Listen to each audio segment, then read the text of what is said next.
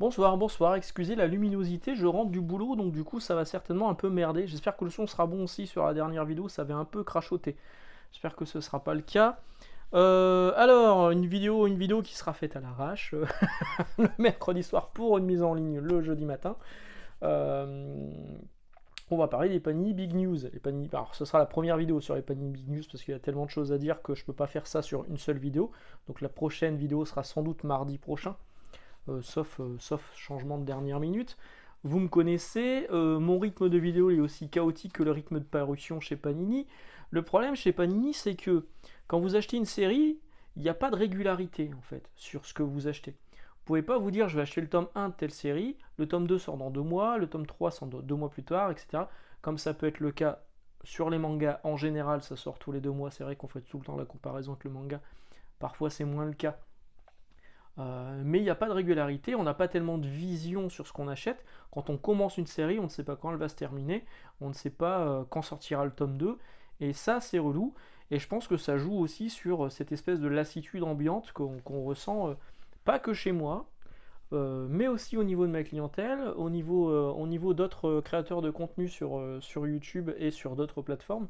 On sent qu'il y a une espèce de ras-le-bol général, et ces Panini Big News ne sont clairement pas là pour nous rassurer. Au contraire, il y a des choix qui sont tellement what the fuck qu'on a tellement de mal à comprendre. Euh, le meilleur exemple, c'est évidemment le Daredevil de Zdarsky qui sort en deluxe alors que en 100% il est toujours pas terminé et qu'il n'y a pas d'annonce pour un Devil's Reign tout seul. En gros, si vous voulez Devil's Reign tout seul, va falloir passer sur les 3 fascicules à 16 balles. On comprend pas ça. Je ne comprends pas, d'autant que ça existe dans les autres pays en Europe qui sont gérés également par Panini. Pourquoi en France ces décisions sont aussi chaotiques et surtout les réponses qu'on nous apporte quand il y en a sont complètement à côté de la plaque. Vraiment, il y a un vrai problème. Quelqu'un en a parlé, ah bah c'est Julien, tiens, Julien que je salue ici, en a parlé récemment dans un groupe d'amis où on discute régulièrement de choses et d'autres, surtout de certaines personnes, mais bref, oh là là, pas de polémique. Euh, il disait, chez Delcourt, ils ont Thierry Mornay qui est là et qui apporte des réponses. Chez iComics, il y a Sullivan Rouault qui apporte des réponses. Chez 404, on a Nicolas Beaujouan qui communique également. Chez Panini, il y a un community manager qui est là pour ça et qui répond une fois sur deux et souvent à côté de la plaque. C'est vraiment malheureux, il n'y a pas de visage en fait. L'éditeur n'a pas de visage. Voilà. Chez 404, chez Delcourt, on connaît. Chez Urban, il y a François Hercouet, ou Hercouet, je sais plus, je sais jamais comment on prononce en fait, qui communique énormément, qui a son Substack, qui apparaît sur des vidéos, etc. Donc il y a un visage qu'on peut poser et des questions qu'on peut lui poser. Même si parfois il peut être amené à pas répondre, au moins, il y a quelqu'un quoi.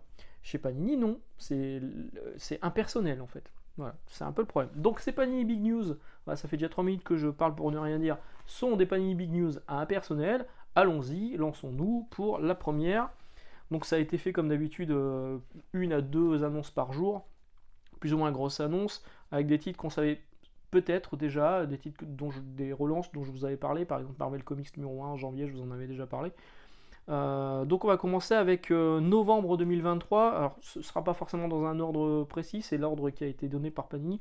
Donc novembre 2023, 300% Marvel consacré à Captain Marvel, évidemment parce qu'il y a la sortie du film. Captain Marvel le numéro 7, le 7ème tome en 100%. On a l'impression que les 100%... moi je serais pas surpris qu'à un moment Panini arrête les 100% pour faire que du Deluxe et de l'Omnibus. Bref. Donc les 100%. 300% sur Captain Marvel, le tome 7 de Kelly Thompson qui va s'appeler Last of the Marvels, qui mettra en scène donc Captain Marvel, Miss Marvel et sans doute d'autres. Un 100% qui s'appelle Miss Marvel, donc là c'est la Miss Marvel, la jeune, Fist of Justice, les points de la justice, avec Jodie Hauser au scénario. Il y aura un crossover avec X-Men, ça tombe bien parce qu'on sait, il va y avoir un vrai rapport qui va être fait entre Miss Marvel et les X-Men. Donc il y aura les X-Men, il y aura Moon Knight et il y aura Venom dans ce Miss Marvel Fists, c'est au pluriel, of Justice. et un 100% Marvel consacré à Monica Rambeau, Photon, la Miss Marvel de couleur, moi c'est l'une de mes préférées. Parce qu'au niveau de ses pouvoirs, ils sont top ses pouvoirs. Pour moi c'est c'est pas une mutante, mais c'est un des super-héros Marvel les plus puissants parce que elle a toutes les, toutes les capacités possibles en rapport avec l'énergie, donc la lumière, ce que vous voulez. Voilà. Elle peut être hyper rapide, elle peut être hyper concentrée. Enfin, pour moi, c'est un des personnages les plus puissants de chez Marvel, mais qui est complètement sous-exploité. Donc là, il y a un 100% Marvel dédié à Photon qui débarque avec Eve Wing au scénario. Aucun lien, fils unique, elle a aucun rapport avec Ali Wing, si vous vouliez tout savoir. Toujours au mois de novembre, nous sommes les Marvel, vous savez, ces grosses anthologies. J'en ai un là. Sarah Basillon, c'est bien préparé. J'en avais un juste à côté de moi. Grosse anthologie avec plusieurs histoires qui sortent un peu tout et nulle part, le seul lien étant le personnage. Donc là, c'est Nous sommes les Marvel, ce sera Miss Marvel, Captain Marvel et Photon.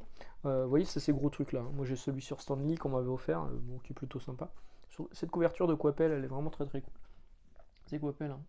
Oui, c'est Coppel. Donc il y aura peut-être des vieux épisodes comme ceux que vous avez là. Et oui, c'était l'excuse pour sortir ce vieux Artima Color Marvel Superstar, 2 aventures de Miss Marvel, comme on l'appelait à l'époque, et pas Captain Marvel, dans son costume plutôt échancré. On a terminé pour Marvel, non. Il y aura le 3e tome en Next Gen, vous savez, ces petits formats à 12,90, cette collection Petit Ange parti trop tôt, que Panini sous-exploite complètement. Donc le 3e tome de Miss Marvel, donc une réédition, ce qui était déjà sorti en plus grand format, cette fois en plus petit format et à plus petit prix. Ça, c'est pour novembre également. Il y aura des petits albums Marvelverse, ces petits albums à 8 euros, 6 euros, je sais plus. Que je déconseille régulièrement parce que franchement c'est nul. C'est comme les anthologies que je suis, mais en petit format et à petit prix, et ça ne sert en général à rien. C'est des épisodes qui sont piochés, il y a des trucs franchement on comprend pas pourquoi ils sont là si on nous donne pas la suite, c'est débile. Moi j'aime pas cette collection là, donc il y en aura une qui sera dédiée à Monica et une qui sera dédiée à Carol, parce qu'il y en avait déjà une sur Miss Marvel. Au mois de février 2024, vous voyez on a fait un petit bond dans le futur, on aura un Punisher de luxe. Tome 1, donc sur 2, il y en aura 2 en tout, avec le run de Greg Rucka et de Marco Checchetto. Donc le seul intérêt pour moi c'est Marco Checchetto, parce que franchement ce run je l'ai lu, ça m'avait pas laissé un souvenir impérissable. Alors Greg Rucka c'est un bon scénariste, hein, il fait des trucs qui sont très très bons, mais son Punisher, moi je l'ai pas... il m'a vraiment pas marqué. Checchetto je le trouvais sympa, mais je trouve qu'il a vraiment explosé sur Daredevil, donc c'est peut-être sympa pour le côté historique. Oui, je dis beaucoup sympa, de voir le trait de Marco Checchetto avant Daredevil. Il y aura une anthologie parce que c'est les 50 ans du Punisher, je suis Punisher, donc comme celle que je viens de vous montrer sur Stan Lee, pareil, donc un truc qui sert pas à grand chose. Il y aura un intégral Punisher tome 3, donc le 3e tome de l'intégrale des Punisher qui va... Non, j'ai pas l'année, voilà. Qui sortira en décembre de cette année, donc là c'est incessamment sous peu, avec un tome 4 déjà annoncé pour le mois de février, donc il y aura 2 mois entre les deux intégrales, c'est cool, parce que parfois on peut attendre 1 an ou 2 ans avant une autre intégrale, souvent c'est 1 an, hein. Alpha Flight, ça a été long pour avoir la suite, et là en 2 mois de temps, vous allez avoir 2 intégrales de Punisher, avec peut-être, je sais pas, ça se trouve, peut-être qu'il y aura le récit complet Marvel que vous avez ici. Une aventure du Punisher, échec au caïd, Mike Baron, Wells Portacchio, ça faisait partie, donc c'est Punisher numéro 15, la série de 1989. Peut-être que ce sera ça. En tout cas, moi c'est un récit complet Marvel, c'était dans cet album double. Je crois que c'est Fred, je te salue, Régine, je te salue, qui me l'avait offert celui-ci, je crois que c'était Échec au caïd de Portacchio. Franchement, c'est un récit que j'avais beaucoup apprécié et que j'apprécie toujours autant. Peut-être que ces épisodes seront à confirmer par la suite. On aura également un must-have avec des épisodes inédits. C'est la première fois que ces épisodes seront publiés en français. Ça sortira en février 2024, un must-have Punisher Warzone, avec des épisodes dessinés par John Romita Jr. De la vie générale, c'est pas une série inoubliable. C'est franchement, d'après ce que j'ai lu, pas terrible. Je me ferai mon opinion moi-même. Je vous invite à vous faire la vôtre également. En tout cas, c'est dessiné par John Romita Jr. Il y a des chances que je craque. Donc ça c'est pour février 2024. En janvier, on revient 1 mois en avance. Le dernier 100% Marvel de Spider-Man par Nick Spencer. Le tome 11, ce sera le tout dernier. Il fera 280 pages. Donc à mon avis, ça va être ça. le dernier tome du trade paperback, enfin la dernière histoire de Spider-Man, Amazing Spider-Man par Nick Spencer, avec du Federico Vincentini et Carlos, Mark Bagley, Carlos Gomez, Alex Sinclair, et également Sinister War, qui sera également dedans, avec du Mark Bagley au dessin. Bon, c'est pas inoubliable, mais c'est pas la pire partie non plus de Spider-Man. Par contre, ça m'interroge sur Spider-Man Beyond, parce qu'il sera pas dedans du coup. Donc Spider-Man Beyond, du coup, ils vont le faire à part, ils vont peut-être faire un gros tome juste sur Spider-Man Beyond. Je ne sais pas. Vous savez où c'est la partie où c'est Ben Reilly qui reprend la place de Spider-Man parce que lui il est dans le coma. Enfin, bref, pas vous spoiler même si je viens de le faire. Mais oui, du coup, je me demande comment seront publiés Batman Beyond par la suite. Curieux. C'est curieux. Ça peut-être pas déjà publié, hein? Non. Ensuite, on aura également, donc là c'est pour février 2024, le dernier tome d'Avengers. Pareil, ce sera le tome 11. Pareil, un gros volume de 280 pages à peu près, où vous aurez donc History's Mightiest Hero, Jason Aaron, Garon, Fiorelli et Curiel. Voilà, les derniers épisodes de Avengers qui sont franchement pas fou. Et en plus de ça, il y aura également à l'intérieur Avengers Assemble, donc la dernière partie qui termine tout le run de Jason Aaron sur les Avengers. Voilà, clairement, c'est pas fou non plus. En février, on était en février, toujours en février, ouais, donc on aura Captain America Cold War. Non, c'est ça en janvier, pardon. En janvier 2024, Captain America Cold War, et en fait, c'est les deux séries Captain America. Vous savez, il y a deux séries Captain America qui sortent en ce moment en même temps, l'une avec le Faucon, l'autre avec Steve Rogers. Captain America Sentinel of Liberty et Symbol of Truth, le symbole de la vérité et la sentinelle de la liberté. Donc là, ils seront réunis, la fin de ces séries sont réunies dans un seul gros album qui s'appelle Captain America Cold War, la guerre froide. Et il y aura également un album le mois suivant, en février, qui s'appellera Captain America Final. Je pense que c'est plutôt clair. En janvier 2024, le troisième et dernier tome de la seconde série Daredevil par Zdarsky. Vous savez que ça a redémarré au numéro 1 il n'y a pas longtemps sur les épisodes qui s'appellent Daredevil et Elektra en VO. Voilà, donc ça c'est celui qui vient de sortir en français, là c'est la version américaine. Un volume qui est clairement en dessous par rapport à ce que faisait Zdarsky au début. Donc du coup, troisième et dernier tome du 100% Marvel, mais par contre le travail de Zdarsky, le début du travail de Zdarsky sur Daredevil revient en deluxe, mais ça on en reparlera sans doute dans une vidéo prochaine, dans la prochaine vidéo, mais je vais quand même vous en toucher un mot maintenant, parce que ce qui est aberrant, c'est que dans ces deluxe, on nous annonce qu'il y aura Daredevil Woman Without Fear, qui fait partie de Devil's Reign qui est sorti aux États-Unis tout seul, voilà, sans problème, avec Devil's Reign Omega, Devil's Reign 1-6, voilà, de Zdarsky, tout ça. Pas les tie-in de merde dont on se contrefout, et qui restera donc, qui sera dans le deluxe, avec des épisodes de Daredevil et des épisodes de Woman Without Fear. Mais si vous voulez, si vous avez acheté juste les 100% Marvel de Daredevil de Zdarsky, si vous voulez lire ça et ça sort pas en 100% Marvel, il faut vous taper les 3 volumes à 16€, sortis avec tous les tie-in. Alors en plus, bon ça c'est un tie-in, mais scénarisé par Zdarsky, c'est pour ça que je l'ai pris, mais franchement c'est pas top. Devil's Reign, ça démarre plutôt bien, mais ça part très vite en couille. Et c'est là que ça commence à partir en couille sur le run de Zdarsky sur Daredevil. Il y a un avant et un après Devil's Reign, clairement. Et donc, les gens qui suivent en 100% Marvel n'ont pas le choix. Ils sont obligés de passer par les 3 fascicules à 16€, donc payer 48€ si mes calculs sont bons, c'est ça? Ouais, ça doit faire ça.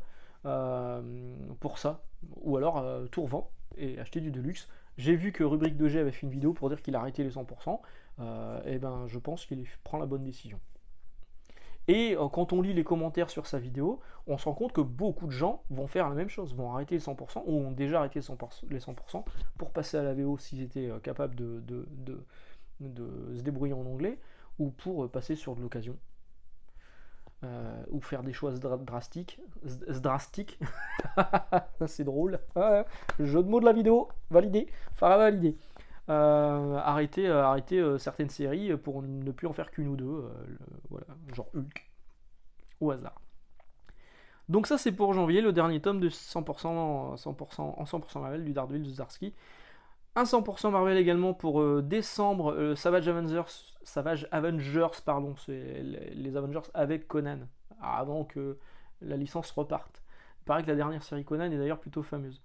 Le tome 5, ça sort en décembre 2023, c'est donc le dernier tome en 100% Marvel, avec Conan.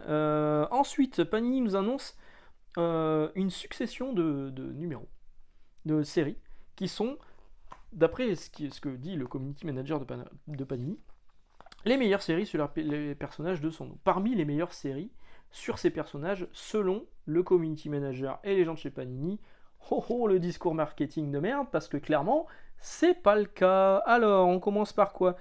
Un 100% Marvel sur Miles Morales, la nouvelle série de Spider-Man, scénarisée par Cody Ziglar et dessiné par Federico Vincentini, qui paraît-il est pas mal, mais qui paraît-il est surtout très loin de ce que faisait Bendis dessus. Donc parmi les meilleures séries sur les personnages, oui, mon œil.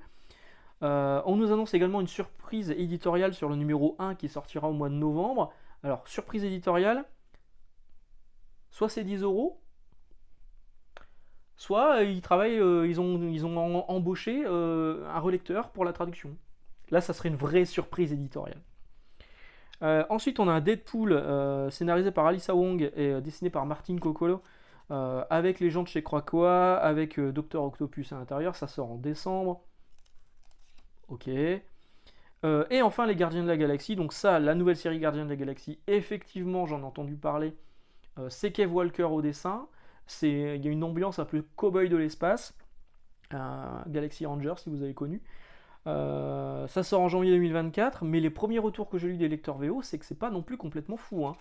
Donc, meilleure série sur le personnage. Ok. Ensuite, on a un intégral de Black Widow. Donc ça, c'est pour novembre 2023. Un intégral de Black Widow avec ses premières apparitions, notamment dans Amazing Adventures. Alors, je n'ai pas ces épisodes-là, mais j'ai ça. Marvel Fanfare, où il y avait des épisodes de Black Widow. La Veuve Noire. Il a vécu, mon truc. Hein. Scénarisé par Ralph Macchio et dessiné par nul autre que George Pérez. Bon, c'est un peu daté au niveau du dessin. Et c'est parmi les premières apparitions de la Veuve Noire. Donc peut-être que ce sera dans cette intégrale. Ou pas. On ne sait pas. Donc ça, c'est pour novembre 2023. La première intégrale de Black Widow. Peut-être la seule d'ailleurs. Ensuite, on a une intégrale de Dazzler. Alors ça, personne l'a vu arriver. Ça sort en février 2024. Il y aura 4 intégrales en tout. Donc là, c'est la première. Avec des épisodes dessinés par John Romita Jr. au tout début de sa carrière. 350 pages. Ok. Voyons ce qu'il en est. Elle combattra Galactus. Non, pas Galactus. Thanos? Non, pas Thanos. Fatalis? Ouais, peut-être Fatalis. Enfin, c'est improbable. Mais voilà. Donc, un intégral de Dazzler. Inattendu. Belle prise de risque de la part de Panini. Pour une fois, on va les féliciter sur cette vidéo. Ensuite, on aura un Epic Collection qui s'appelle X-Force. Il y aura plusieurs épiques. Je pense qu'on va s'arrêter après les épiques sur cette vidéo. Un Epic X-Force, le chant du bourreau, qui sortira en novembre 2023 avec le crossover, donc le chant du bourreau, où il y a du Greg Capullo, il y a du... Enfin bref, je crois qu'il y a Capullo au dessin. Et la mini-série aussi intégrée dans cette épique, Blood and Metal, câble Blood and Metal, scénarisé par Nishida et dessiné par Romita Jr., que moi j'ai en récit complet Marvel, qui avait été traduite à l'époque par De Chair et de Fer, une traduction qui est plutôt habile, je trouve. Nishida, Romita Jr. Moi je trouve ça cool. Moi je trouvais ça bien. Voilà, typiquement les années 90, typiquement moi ce qui me fait plaisir. Donc cette partie-là, bon évidemment je vais pas craquer pour l'épique. Le chant du bourreau, bon, ça m'a pas laissé un souvenir impérissable. Et câble, je l'ai déjà. Donc, mais ça peut être sympa. Voilà, ça peut être sympa celui-ci. Ensuite on a un Epic Iron Man, le retour du fantôme par Bob Layton et David Michelini, qui est la suite de la guerre des armures, Star Wars, qui est sorti là récemment. Donc cette Epic Collection sortira en janvier 2024. Et ensuite on a des Epic Star Wars, donc il y aura 8 Epic Star Wars en 2024, c'est énorme. Il y a plus d'Epic Star Wars que d'Epic Marvel, hein. Franchement ça fait chier. Donc Nouvelle République tome 2 en décembre, Menace révélée tome 2 en janvier, La guerre des clones tome 3 en février, va t'y retrouver, démerde-toi, voilà. On va s'arrêter là aujourd'hui. Je vous souhaite une excellente journée, excellente lecture. On va se retrouver dimanche. On reparlera de la suite et de la fin, peut-être que ce sera en 3 vidéos, des Panini Big News. Dites-moi ce que vous avez retenu dans les commentaires sur cette partie-là. On va retenir les autres parties pour plus tard. Et puis on se retrouve très très vite. Ciao. Moi je vais me coucher.